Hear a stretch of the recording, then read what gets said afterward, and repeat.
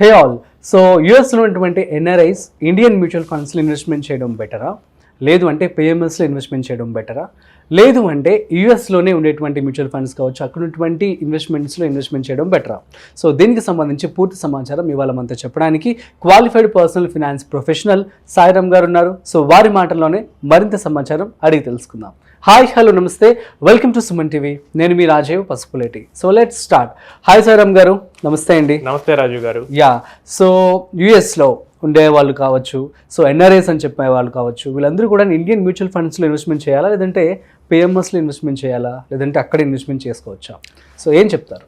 So మన Telugu states వాళ్ళు చాలా మంది జాబ్స్కి అని చెప్పేసి, స్టడీకి అని చెప్పేసి యూఎస్కి అయితే వెళ్ళారు. అవును. సో స్టడీకి వెళ్ళిన వాళ్ళు కూడా తర్వాత కూడా వాళ్ళు ఇక్కడ 2 years తర్వాత జాబ్స్ అయితే చేయడం మొదలెడుతున్నారు. అవును. సో ఇక్కడ ఇన్కమ్ కూడా బాగానే వస్తుంది. సో సేవ్ చేయాలన్న కాన్సెప్ట్ చాలా పెరిగింది. అండ్ కోవిడ్ తర్వాత వచ్చిన అవేర్నెస్ వల్ల వాళ్ళు కూడా ఫైనాన్షియల్ వీడియోస్ చూస్తుంటారు అండ్ స్టార్ట్ చేయడం అయితే చేస్తున్నారు. కానీ ఇక్కడ ఒక పర్టికులర్ క్వశ్చన్ ఉంటుంది. సో నేను ఎక్కడే ఉంటాను, ఫైనల్ నా సెటిల్మెంట్ ప్లేస్ ఏంటి? నాకు ఇక యూఎస్లోనే ఉంటాను, నేను ఇండియాని తిరిగి రాను అనేవాళ్ళు ఉండొచ్చు. లేదా 10-15 years నేను కష్టపడతాను, తర్వాత ఇండియా వస్తాను, ఈ కేటగిరీ వాళ్ళు కూడా ఉండొచ్చు. అవును. సో ఈ క్వశ్చన్ బట్టే మన ఇన్వెస్ట్మెంట్ స్ట్రాటజీ అనేది చేంజ్ అవుతుంది. అండ్ వాళ్ళు ఇన్వెస్ట్ చేయడానికి కూడా ఈక్విటీస్ అయితే 2 major ఉన్నాయి. ఒకటి S&P 500 వాళ్ళ యుఎస్ ఇండెక్స్ లో పెట్టడం, యుఎస్ లిస్టెడ్ స్టాక్ మార్కెట్స్ లో షేర్స్ కానీ మ్యూచువల్ ఫండ్స్ కానీ కొనటం. ఒకటి ఏంటంటే మన డెవలపింగ్ కంట్రీస్ లైక్ ఇండియా ఇలాంటి వాటిలో మన ఇండియన్ గ్రోత్ స్టోరీలో పార్టిసిపేట్ చేయటం. సో అసలు యుఎస్ రెసిడెంట్స్ కి జనరల్ గా ఇండియాలో ఇన్వెస్ట్ చేయడం కొంచెం కాంప్లికేటెడ్ ప్రాసెస్. అవునా? సో ఎందుకని? ఎందుకంటే యుఎస్ ఏం చేస్తుందంటే మన ఇండియన్ మ్యూచువల్ ఫండ్స్ ని, మన మ్యూచువల్ ఫండ్స్ ఏం చేస్తాయంటే పబ్లిక్ నుంచి మనీ తీసుకొని దాని స్టాక్స్ లో ఇన్వెస్ట్ చేసి that will earn income. So it's a passive income. అవును. So passive foreign investment companies గా ట్రీట్ చేస్తుంది మన ఇండియన్ మ్యూచువల్ ఫండ్. ఓకే. దాని ట్యాక్స్ వాళ్ళు ఎలా చేస్తారంటే, సో సపోజ్ మనం కనుక ఒక 1 crore ఇన్వెస్ట్ చేసాం, సో అది ఒక 12 lakhs ప్రాఫిట్ జనరేట్ చేసింది ఇయర్ ఎండ్ కి.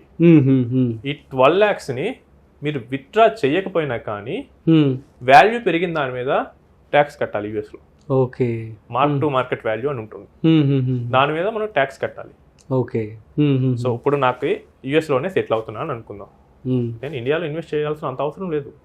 I can invest majority 70-80% in US. Okay. Either I can go Nasdaq, I can go S&P 500. So నాకు నచ్చిన దాంట్లో నేను ఇన్వెస్ట్ చేసుకుంటాను. సో మిగిలిన 10-20% మాత్రం డెవలపింగ్ కంట్రీస్లో నాకు better portfolio diversification, volatility reduction కోసం చేయొచ్చు. ఓకే. చాలా మంది ఏంటంటే మదర్ కంట్రీ బయాస్ ఉంటుంది, సో అప్పుడు ఇండియాలో చేస్తారు. Okay. Better use the legal వే. చాలా మంది ఏం చేస్తున్నారంటే లీగల్ వే కాకుండా వాళ్ళ ఇండియన్ రెసిడెంట్ స్టేటస్తో ఇన్వెస్ట్ చేస్తున్నారు. అవునా? అంటే ఎట్లా? సో జనరల్గా మనం ఒక ఇండియాని వదిలేసి 182 days అయితే ఒక ఫైనాన్షియల్ ఇయర్లో will be treated as non resident Indian. So non రెసిడెంట్కి కొంచెం డిఫరెంట్ రూల్స్ ఉంటాయి. కొంచెం ఇన్వెస్ట్మెంట్ కేవైసీ ప్రాసెస్ కూడా కొంచెం స్ట్రిక్ట్ గా ఉంటుంది. ఓకే. ఎందుకంటే వాళ్ళు డాలర్స్ ఇండియాలోకి తీసుకొస్తుంటారు, అందుకని వాళ్ళు ఏంటంటే NRO ఆర్ NRE అకౌంట్స్ తోనే చేయాలి. ప్రతిదీ కూడా స్క్రూటినీ ఉంటుంది. యా. సో ఇదంతా తప్పించుకోవడానికి ఏం చేస్తున్నారంటే, వీళ్ళందరూ వాళ్ళ సేవింగ్స్ అకౌంట్ ని వాడేసి, ఇండియాలో నాకు సేవింగ్స్ అకౌంట్ ఉంది, నేను యూఎస్ వెళ్ళాను, బట్ నేను మార్చుకున్నాను NRO అకౌంట్ గా, ఈ అకౌంట్ నుంచి నేను కంటిన్యూ చేస్తున్నారు. ఓకే. అట్లా చేయకూడదు అంటే కొంతమంది అడ్వైజర్లు దాన్ని రికమెండ్ చేస్తున్నారు, ఎందుకంటే వాళ్ళకి చేయటం రాక యూఎస్ వాళ్ళకి. ఓకే. అట్లా చేయకూడదు. మొన్న మీరు న్యూస్ చూసే ఉంటారు, 40,000 members కి ఐటీ డిపార్ట్మెంట్ ట్యాక్స్ బోగస్ చెప్పి ట్యాక్స్ రిఫండ్ లో పొందారని చెప్పి వాళ్ళకి నోటీసులు పంపించింది. ఏముంది, రేపు NRS మీద కూడా ఇలా చేస్తే సేవింగ్స్ అకౌంట్ ఎందుకు వాడుతున్నారని చెప్పి, అప్పుడు మీకు ఇప్పుడు ఎంత సేవ్ చేస్తారో దానికి ఒక 300% ఫైన్ కడతారు. అవునా?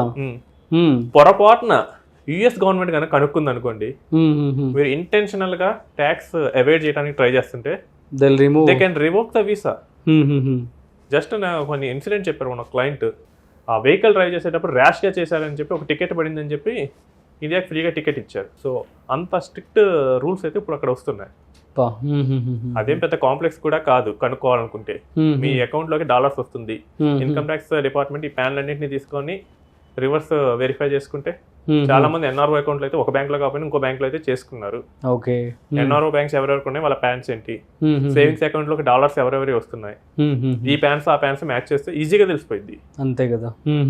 రేపు కనుక నోటీస్ వస్తే 300% పెనాల్టీ. అండ్ ఇది యూఎస్ గవర్నమెంట్ కనుక కనుక్కుంటే ఉద్దేశపూర్వకంగా ట్యాక్స్ ఎగ్గొట్టినందుకు వీసా కూడా రివోక్ చేయొచ్చు. మీరు కనుక ఇండియాలో ఇన్వెస్ట్ చేయాలి అనుకుంటే అండ్ ఇండియాలోనే సెటిల్ అవ్వాలనుకున్నప్పుడు 70% వరకు ఇండియన్ మ్యూచువల్ ఫండ్స్ లో ఇన్వెస్ట్ చేసుకోవచ్చు. ఓకే. బట్ ఇక్కడ ఏంటంటే మనకి ట్యాక్స్ అనేది కొంచెం పడుతుంది. ఇండియాలో ఇన్వెస్ట్ చేయాలనుకున్న వాళ్ళకి ఏదైనా మ్యూచువల్ ఫండ్ కానీ పిఎంఎస్ రౌట్ కానీ ఉంటుంది. ఓకే. మ్యూచువల్ ఫండ్స్ ని పిఎఫ్ఐసి కంపెనీస్ గా వాళ్ళు యూఎస్ గవర్నమెంట్ ట్రీట్ చేస్తుంది. ఓకే. అంటే సో ఇందాక మీకు చెప్పాను కదా, ప్యాసివ్ ఫారెన్ ఇన్వెస్ట్మెంట్ కంపెనీస్ వాళ్ళ ఇన్కమ్ అనేది ప్యాసివ్ గా వస్తుందని చెప్పి. ఓకే. ఇప్పుడు ఏం చేస్తారంటే నేను ఇన్వెస్ట్ చేశాను, నా మార్కెట్ వాల్యూ మీద ట్యాక్స్ కట్టాలి. ఓకే. ఇందాక చెప్పినట్టు 1 CR ఇన్వెస్ట్ చేశాను, నాకు 12 lakhs గెయిన్ వచ్చింది. కానీ గెయిన్ ని రూపీస్ లో చూడరు వాళ్ళు, ఓకే, డాలర్స్ లో చూస్తారు. Okay. Suppose I invested 1 crore rupees at 80 rupees per dollar. Okay. Year end కి నాకు 85 అయింది. నాకు వచ్చే 12 lakhs కూడా డాలర్స్ లో కన్వర్ట్ చేస్తా. సో డాలర్ జనరల్ గా అయితే డాలర్ పెరుగుతూనే ఉంటుంది. అవును. అప్పుడు ఏంటంటే మన గెయిన్ కొంచెం ఇన్స్టెడ్ ఆఫ్ 80 rupees లో కాకుండా 85 rupees మీద చూడటం వల్ల కొంచెం తగ్గుతుంది. దాని మీద టెక్సాస్ లాంటి స్టేట్స్ లో అయితే 37% ట్యాక్స్ వేస్తారు. సో స్టిల్ నాకు 12% రాకపోయినా 8% వస్తుంది. ఓకే. సో ఈ విధంగా పెట్టుబడి పెట్టుకోవాలంటారు. అదే పిఎంఎస్ అనుకోండి, పిఎంఎస్ లో ఏమంటే ఫండ్ మేనేజర్ కొని అమ్ముతా ఉంటాడు, చర్నింగ్ చేస్తాడు.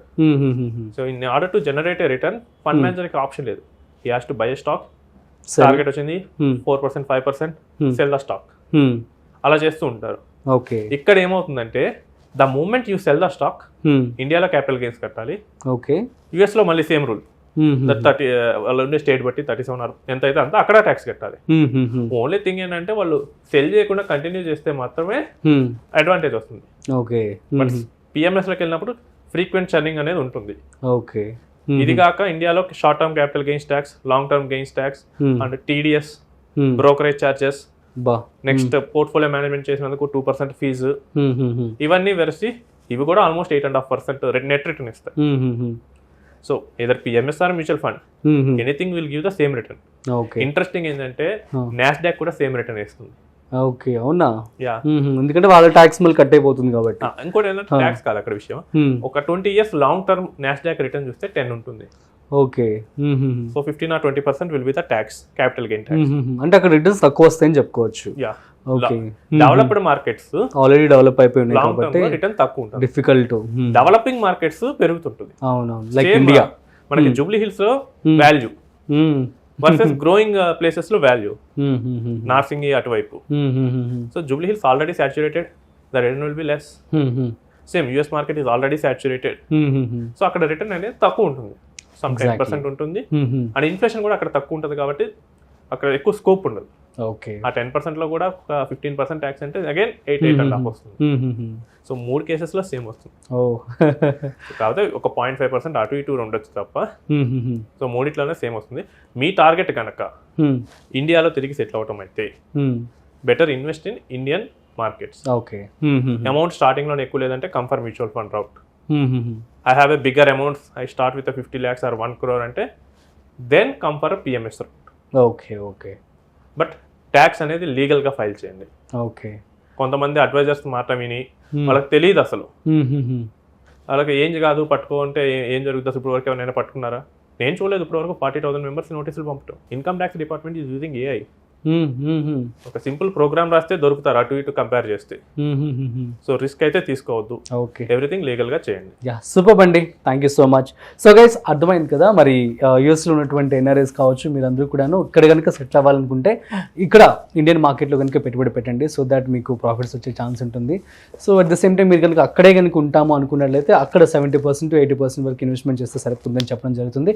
అట్ ది సేమ్ టైం ఏదైతే మీరు ఇన్కమ్ జనరేట్ చేస్తున్నారో అది కూడా మొత్తం లీగల్గా ఉండాలని చెప్పారు. అండ్ రీసెంట్గా 40,000 మందికి నోటీసులు కూడా ఇవ్వడం జరిగిందట ఇన్కమ్ ట్యాక్స్ వాళ్ళు. సో కాబట్టి తస్మాత్ జాగ్రత్త. సో మరొక ఇంట్రెస్టింగ్ కాంటెంట్తో మళ్ళీ కలుద్దాం. అంతవరకు చూస్తూనే ఉండండి సుమన్ టీవీ.